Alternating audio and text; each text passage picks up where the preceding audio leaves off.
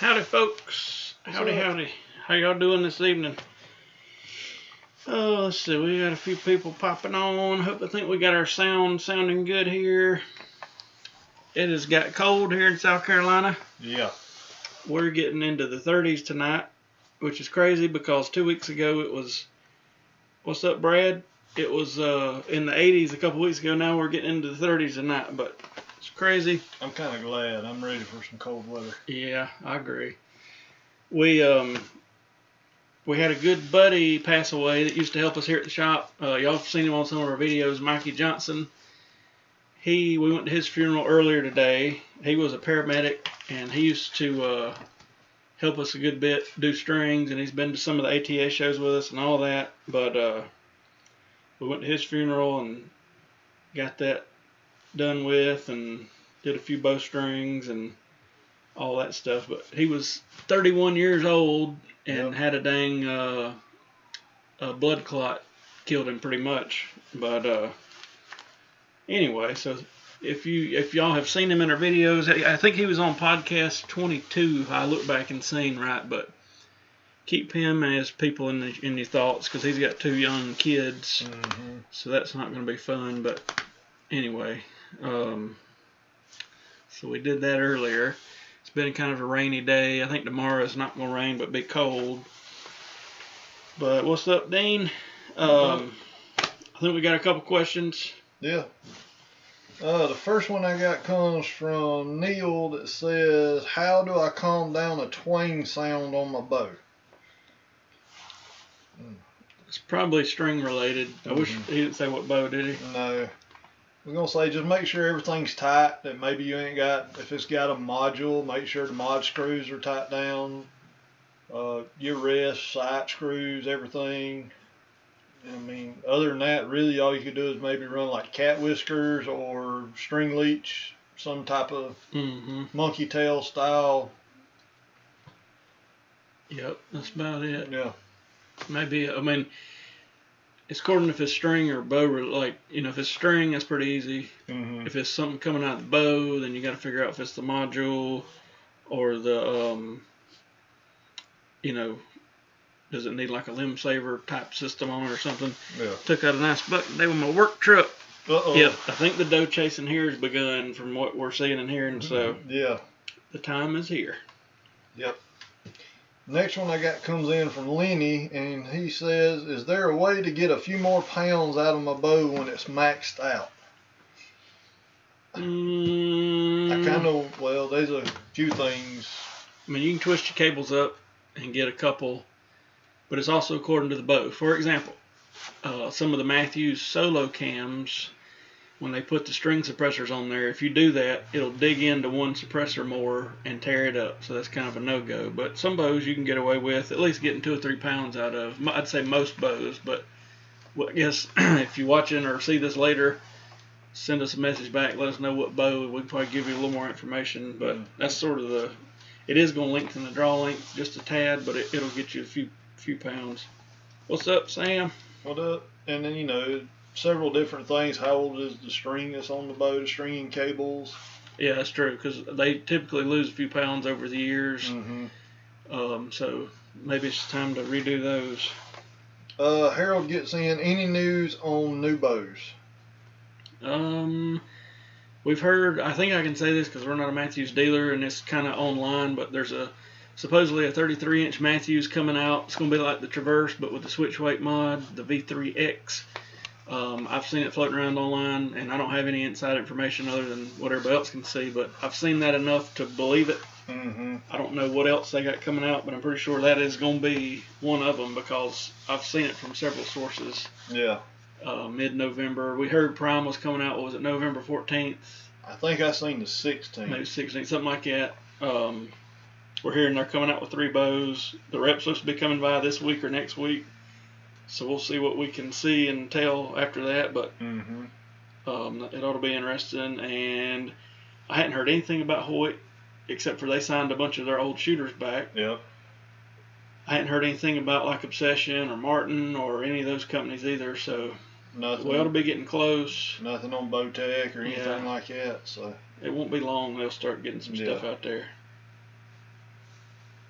All right. I got Frank getting in with favorite wrist release in the $40 to $60 range.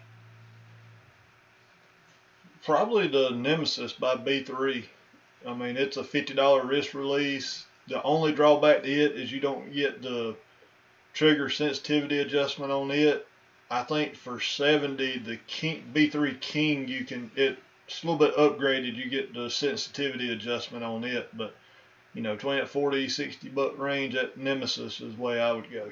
I agree. I like that release. We've sold a good many of them and hadn't had any trouble. So I agree with that 100%. Bill gets in, says, can I overwax my strings? I mean, I've seen people come in with it coated on the strings. You don't really want to do that, but I mean, technically no, but you don't want to like just lob it on there without burnishing it into the string, and make sure you're not putting it on the servant or anything like that. So, I mean, technically no, but we've seen people come in and it's like they'll just rub it on there and not. Yeah. You want to run your fingers or a piece of leather or something up and down the string to kind of get it in those fibers internally, not just cake it on there, you know. Yeah. Best cheap takedown recurve. We sell a lot of those Samick Sage bows. You know, they're in the 140 bucks. Yeah. We sell a lot of those. I've got 2 or 3 people on me wanting to order a couple of these cheap Amazon recurves and test them. I hadn't done it yet, but I will. And they're cheaper than that, but I don't know anything about them yet. Yep. But the Samick Sage is a good one. Carrie gets in, how do I go about setting my peep height? I feel like mine is low. For me, I'll set it just in here in the shop randomly, tie around it. But I also, a lot of times, I'll get out there and get shooting and notice that mine's high or low. So I almost just tie around it and go shoot, you know, get your 20-yard mark and maybe a 40 and fire a few arrows and just see. I'm bad about setting mine too high. And then when I get to 40 or 50 yards, I'm floating low down here with my anchor point. So, you know, basically just pull it back, find your anchor point.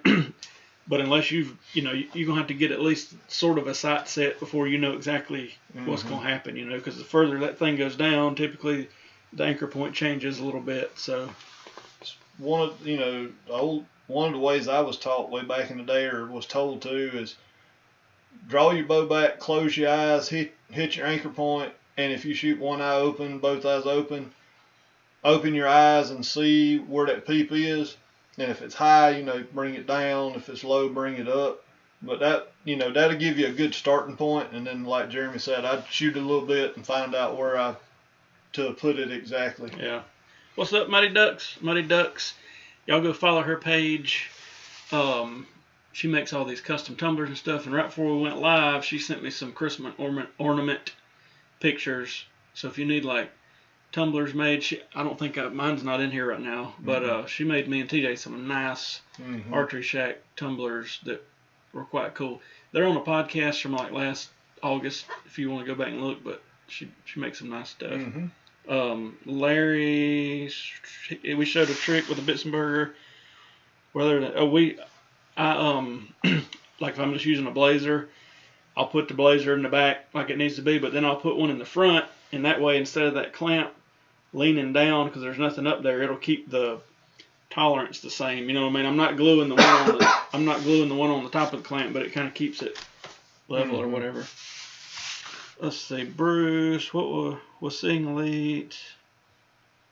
Yeah, I hadn't really looked. I seen the 2 bows, the Basin and the Terrain, but I hadn't even seen the specs on them yet. I need to look. But I think one of them, wasn't one of them a price point bow? I think so. Somebody posted earlier something about like a $600 or $650 bow. So I just remember I seen it pop up, and one of them is a super duper. I think one of them adjusts a good bit, but I ain't 100%. I'll have to look all that up. I should have thought of that before we went live. I forgot all about Elite releasing. I got Tom getting in with any advice on a bow or crossbow for my 75-year-old grandpa.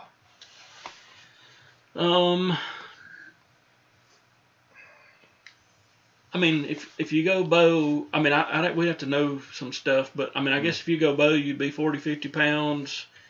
But since they put crossbow, I'd maybe get him a crossbow with a crank on it, and then you'd be good. And there's a bunch of them. I mean, you can get them from $400 to as much as you want to spend. Yeah. But like we've had pretty good luck with these newer bears, like the Intense, and you can, for an extra like $100, you can get the crank for it, and it's pretty well built. So maybe look into that. But if he's still maybe wanting to shoot a bow, look at something with a lot of let off in that 40 to 50 pound range. It'd be fine too. Yep. It's just according to the Elite Basin is $599-ish. Robert said. That's honestly, I feel like that's what people want to see. You know what I mean?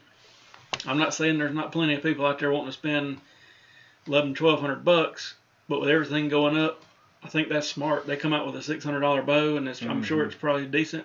That's a good idea. I don't know who got in with this one, but it's the last one I've got. It says, my elbow hurts after shooting a few hundred shots. Any advice on what I may be doing wrong? It maybe not necessarily is anything wrong. I know my dad ultimately quit shooting. He still hunts a little bit with a bow, but he kept getting this tendonitis thing going on and in his elbow, and that's kind of what made him stop shooting like he used to. But if anything, we'd have to see a picture of you shooting or a video or something. But I mean, if your draw length's too short and you got a lot of bend in that arm, I could see that being a problem. But it could be just, I don't know how long you've shot. If you're newer, it could just be everything getting used to that tension, or it's hard to say. But I'd want to look at your draw length and kind of your form and that sort of thing. We could, and there may not be anything wrong. We just have to see. But I figure, let's see, Elite released those bows. I think mid-November we'll kind of see the Hoyt Matthews Prime releases. And then I've heard Bowtech maybe December, January time frame, so we'll see that then.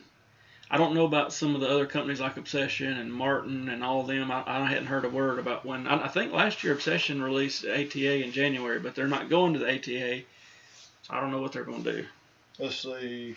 The Terrain got a 7-inch brace height, 325 feet per second, uses a hybrid cam. It's got a rotating mod, 25.5, 31.5. So it's got half-inch increments on that. It says at least 4 pounds.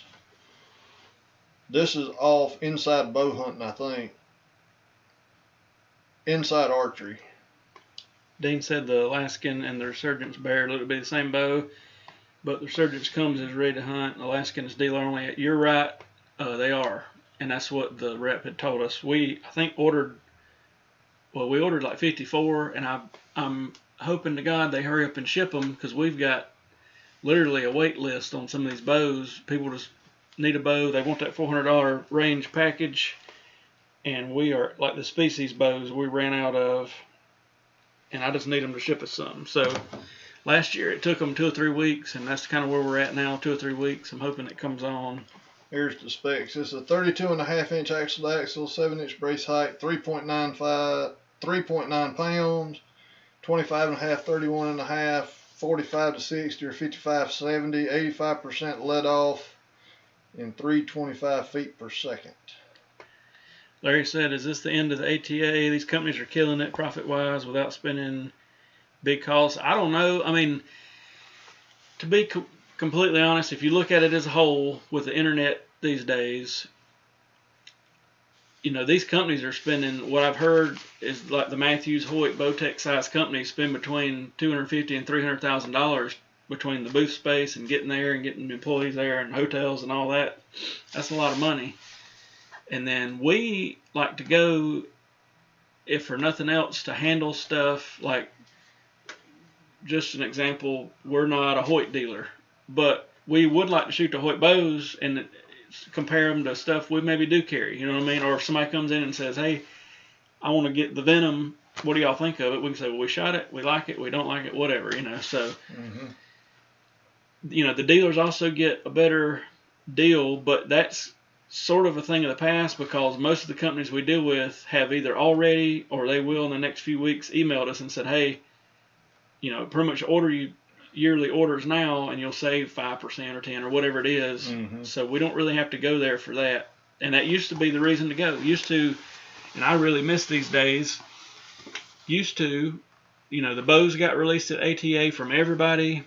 The deals only happened at the ATA. So like I remember early 2000s going there, scurrying from booth to booth to see what everybody's came out with, and staying up till the middle of the night writing all these orders because it had to be done there. And now it's like, well, we can order everything through email and get the same deal.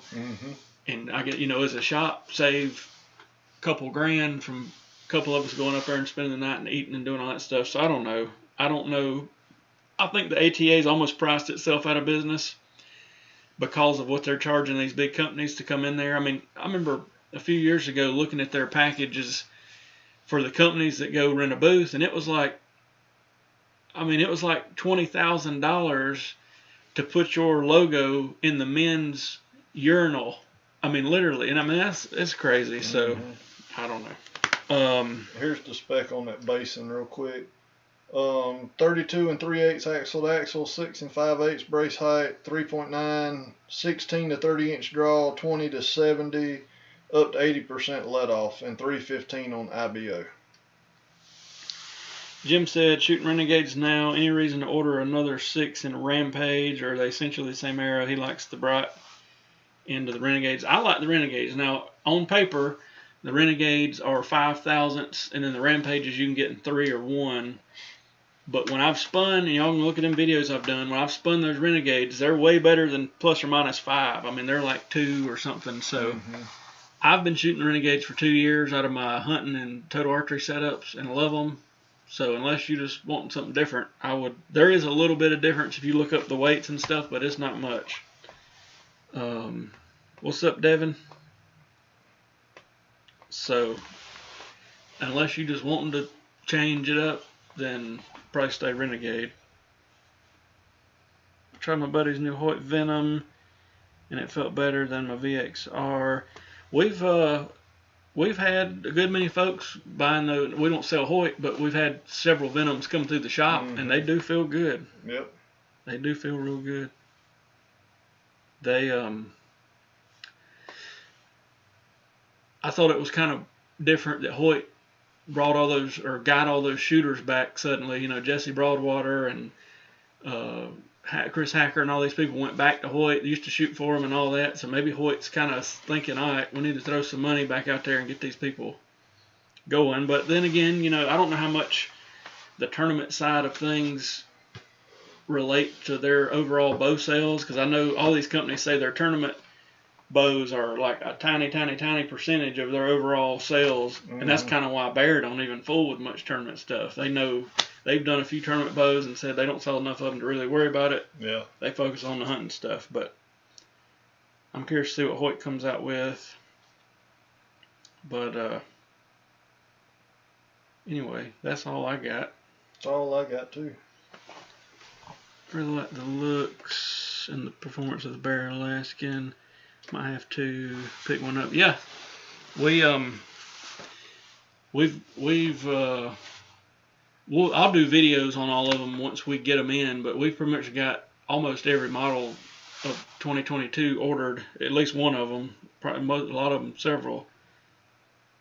Honestly, the Nitrum bows look and shot wise are some of my favorites, because it's still got a little bit of that sponge to it that I enjoy. The riser looks cool. That's probably one of my top favorite Hoyt bows, to be honest with you. That's just me. I know some people think it's getting dated, but they I like them. There's a 30 Nitrum. Isn't there Nitrum in there or no? Yeah, Nitrum 30, I think. Yeah. We restringing for somebody. But anyway, that's all we got. I guess we'll get off here, and then we'll go package up some bowstrings and all that sort of thing. At some point in the near future, I'm gonna make a. Somebody asking me to do a Sandlita Dragon versus whatever this other Amazon bow. I'm gonna make that video. Somebody was wanting a V3 31 video. I'll try to get that going. And I don't know what else, but we got some stuff. What broadhead are we doing this week? The Montex. Montec broadheads this week, so that ought to be fun. We do have some used bows. We've got, I may make a video on it the next day or two. We got another Elite Tempo. Yeah, we got that, and it's like hardly touched. Elite Tempo, still got the Q2 from a couple weeks ago. Actually just took in a used Recurve, but I need to look it over because I wasn't here when Bobby took it in. But it's a Samick Sage with a quiver mounted to it. It looks nice, but I just hadn't really looked it over. I'm missing a bow, or am I? I thought there was one more. The Q2. I'll have to look, but I'll make a video in the next couple days. I think it's just a Q2 and the Tempo. You might be right. Because we had the Chill, but we sold it the same day we took it in. That monster. That's what I was thinking about. Yeah, we briefly had a monster, but it's gone. That's the bow I was thinking about. But yeah, I'll throw a video out. I'll try to do it the next day or two. See if anybody needs any of those bows. But yeah, I guess we'll get off here and go cook up some supper. It gets dark so early now. It's got me all messed up because it gets late, and I feel like it's barely light at 8 o'clock, and I feel like it's like 5 o'clock in the morning. And now I feel like it's 11 o'clock because it's dark, but still hunting with his bear whitetail too. Heck yeah. I bet that was, well, not all-time best-selling bear, but a lot of people had those bows. Thank you, Jim. You take care as well. Yep. We'll get off here. Thank y'all for tuning in. Let us know if you need anything from us, and we'll see y'all in the next